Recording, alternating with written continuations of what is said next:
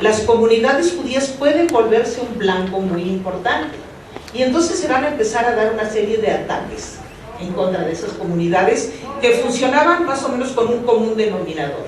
Es un ataque físico, violento, en el cual se saquea, porque eran comunidades prósperas, se queman los pagarés, por ejemplo, para cancelar las deudas, y como estas rebeliones tienen un celo religioso, se intenta forzar la conversión de los judíos. ¿Okay? Y dentro de este patrón se van a dar tres grandes oleadas.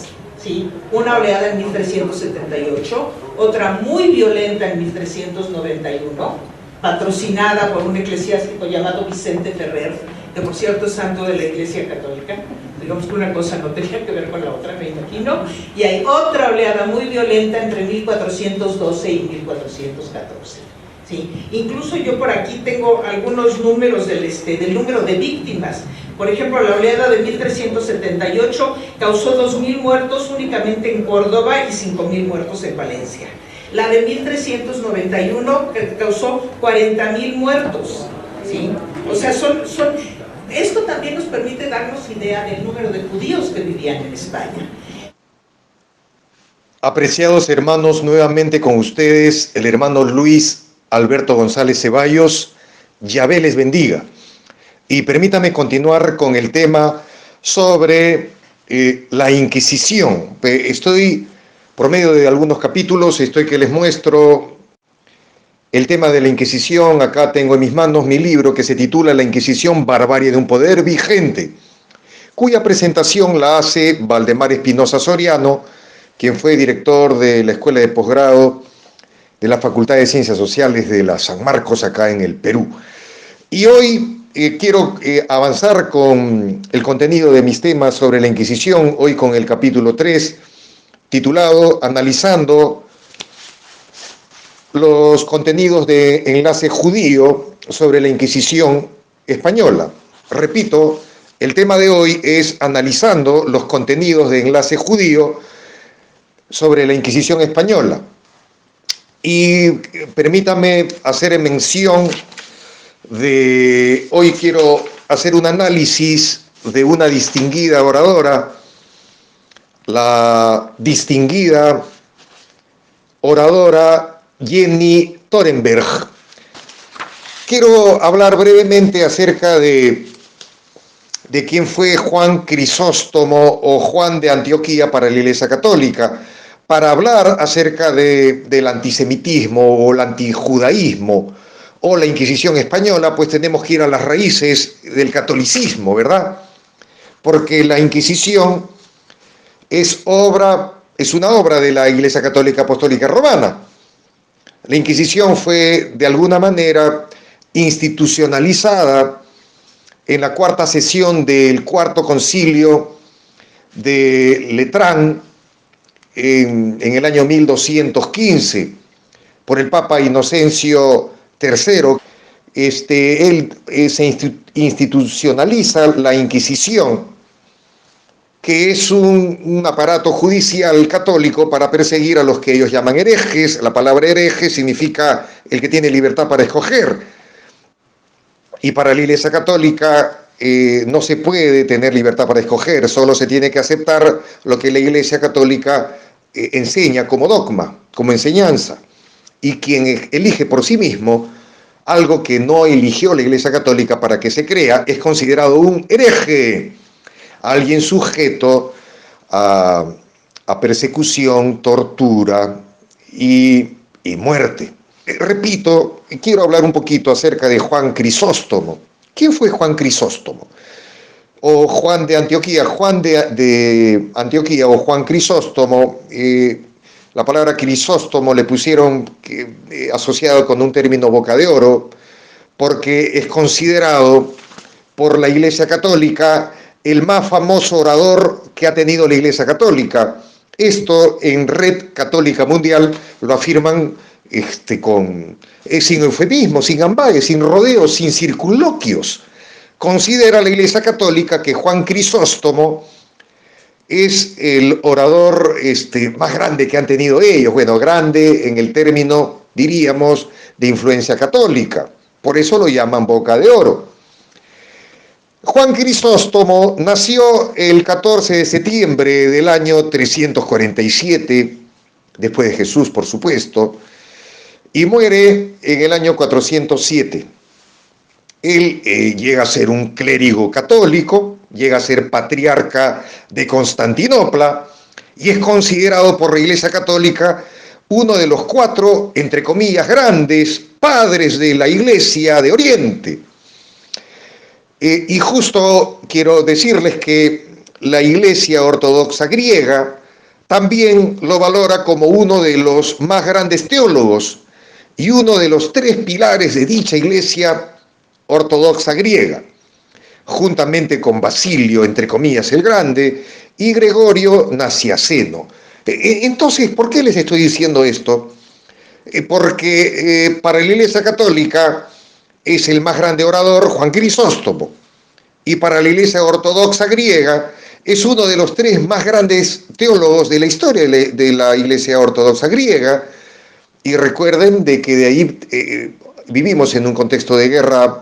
Saben de que en Rusia la religión está jerarquizada por la Iglesia Ortodoxa rusa, que tienen que ver que realmente que en la estructura teológica es prácticamente igual que la Iglesia Católica, pero en la jerarquía, evidentemente que los ortodoxos no aceptan al Papa como su máxima autoridad. Los griegos tienen su propia autoridad. Pero por eso yo quiero explicarles, respetado público investigador, ya sean judíos, ortodoxos, católicos, evangélicos o de diferente religión, quiero explicarles de forma documentada que en sus genes la Iglesia Católica tiene un odio per secula seculorum a los judíos, y también la Iglesia Ortodoxa. Ahora, ¿cómo se lo puedo mostrar? Porque Juan Crisóstomo, reitero, considerado como uno de los 4 grandes de la Iglesia del Oriente y uno de los 3 más grandes teólogos de la Iglesia Ortodoxa griega. Él llegó a escribir 8 homilías denunciando a los judíos y a judaizantes, o sea, a los cristianos judaizantes.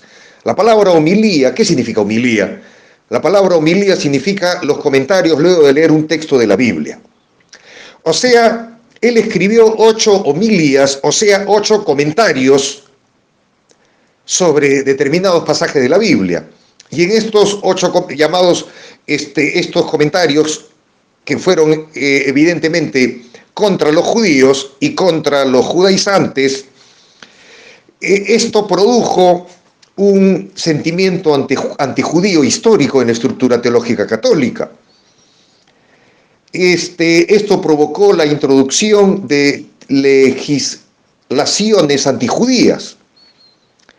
Incluso para el filósofo americano Stephen Katz, las homilías de Juan Crisóstomo son el giro decisivo en la historia del antijudaísmo cristiano, un giro cuya última consecuencia fue promulgada en el antisemitismo político de Adolfo Hitler. Ahora, ¿qué cosa escribió en estos? Quiero comentarles uno de los párrafos que escribió Juan Crisóstomo. Reitero, Juan Crisóstomo escribió 8 homilías contra los judíos. Y en uno de los párrafos dice Juan Crisóstomo textualmente lo siguiente: mi verdadera guerra es contra los judíos. Y luego, más luego él agrega, los judíos han sido abandonados por Dios. Y por el crimen de este deicidio no hay expiación posible. Cierro las comillas. Y, ¿saben? El Papa Pío X, quien fue Papa de la Iglesia Católica entre los años 1903 al 1914, un poquito, diríamos, por el contexto de la Primera Guerra Mundial previa, ¿verdad? Este Papa Pío X, este dirigente católico, el Papa Pío X, ¿saben cómo lo nombra a Juan Crisóstomo? Lo nombra patrón de los predicadores católicos y se convierte en el paradigma, el prototipo, el parangón, el modelo, el ejemplo de todos los predicadores católicos, porque es nombrado por el Papa Pío X como el patrón de los predicadores católicos. Y repito, ahora, hoy 13 de diciembre, entré un poquito a revisar en el internet sobre quién fue Juan Crisóstomo, y él, en una página llamada Red Católica Mundial, o sea, una página súper católica, afirman que Juan Crisóstomo es el más famoso orador que ha tenido la Iglesia católica, por supuesto. Y él escribió: mi verdadera guerra es contra los judíos. Entonces, acabo de mostrar con mis palabras pruebas totalmente contundentes acerca que en los genes católicos, en la identidad per secula seculorum de la Iglesia Católica, está una estructura de pensamiento grabada en todos los curas, los seminaristas, los obispos, en todo católico que ha sido preparado por la Iglesia Católica, que lea a Juan Crisóstomo, que para ellos es el ejemplo a seguir, el orador principal, diríamos, por algo, el Papa de ellos, el Papa Pío X lo nombra el patrón o patrono de todos los predicadores católicos. Y Juan Crisóstomo afirmaba que su verdadera guerra es contra los judíos. Entonces, ¿cómo es posible que haya un titular sobre la Inquisición católica por un programa de Enlace Judío, donde en la parte de abajo dice la Inquisición no persiguió a judíos? Ahora, eso vende una imagen falsa y distorsionada y equivocada. ¿Por qué? Porque técnicamente la Inquisición perseguía a los judaizantes. La Inquisición española, me refiero, perseguía a los judaizantes. ¿Y qué cosa es un judaizante? Un judaizante es un judío que por la fuerza, sí, por la fuerza, fue obligado a que se bautice como católico. Y una vez bautizado como católico, la Iglesia Católica estratégicamente ya tenía sus normas, su jurisdicción, para poder ejercer dominio y control sobre los católicos. Entonces, ¿qué hizo la Iglesia Católica? ¿Cómo destruir al judío? Obligándolo a bautizarse como católico. Al obligarlo a bautizarse como católico por medio de los pogromos, que son las persecuciones terribles católicas, ella lo afirma en su momento, que la Inquisición no persiguió a judíos, pero hay que entender que técnicamente no persiguió a judíos, pero realmente sí eran judíos y sí persiguió a judíos. Y yo lo ilustro como que un enfermo mental entra con una metralleta a un bus y él amenaza a la gente con su metralleta y dice: a ver, quiero que todos se postren ante mí y me van a llamar ahora su Dios, y el que no lo haga lo voy a acribillar. Y imagínense que él coja su metralleta y diga, para ejemplo, ven tú, y coge a cualquiera del bus y lo acribilla. Y le dice: ahora sí, si ustedes no se postran ante mí, yo los voy a acribillar con mi metralleta y van a terminar como este cadáver que está acá. Yo les aseguro que en un bus casi la totalidad se postrarían. Y les dije: ahora me tienen que llamar Dios.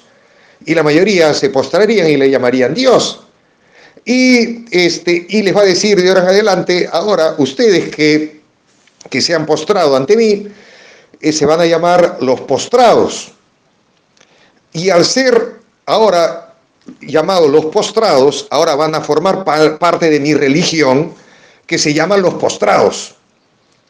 Entonces, ya sean que ustedes sean judíos o de cualquier religión, al postrarse ante mí, porque yo estoy con la metralleta acá, ya no van a ser ni judíos ni protestantes, ahora van a ser los postrados. Y ahora ustedes van a estar bajo la jurisdicción de mi Inquisición. Mi Inquisición tiene el poder para ejercer sus leyes contra los postrados. Y como ahora ustedes ya son postrados, ya sea por la fuerza, ¿verdad? Pero ahora ya son postrados, ahora, caballero, ustedes van a estar sometidos bajo la Inquisición. Y la Inquisición ahora tenía autoridad para investigarlos y darse cuenta que solo se habían postrado por temor a ser acribillados. Pero en el fondo seguían guardando su religión. Y al que lo encontraban guardando su religión, le decía una vez a la segunda, como reincidentes, los mandaban a la hoguera y los quemaban muchas veces vivos o a veces los mataban antes de quemarlos vivos. Entonces así ha funcionado la Inquisición. La Inquisición es un instrumento de persecución, de crueldad, de tortura, de exterminio católico contra los judíos y contra los protestantes. Ella explica que estas tres oleadas, desde el siglo XIV, por instigación eclesiástica católica, la primera en el año 1378, una rebelión contra el rey y contra las aljamas, y después este ataque físico y violento, este asesinato, esta masacre contra los judíos, se repite en el año de 1391, patrocinada por Vicente Ferrer. Es un eclesiástico católico declarado después santo por la Iglesia Católica, pero qué vergüenza que me da. Cuando usted lee la historia de Sadrach, Mesach y Abednego, los amigos de Daniel, en la Biblia, en el libro de Daniel, cuando Nabucodonosor manda que hagan una imagen de él y ponen un horno para que todos se postren al sonido de las bocinas. Y hubieron tres judíos que no se postraron: Sadrach, Mesach y Abednego, que eran los nombres que les habían puesto los babilonios. Y calentaron el horno, ojo, igualito es lo que está haciendo la Iglesia Católica con la Inquisición. Levantaron esta imagen para eliminar a los judíos, a los fieles, a Sadrach, Mesach, Abednego, a Daniel.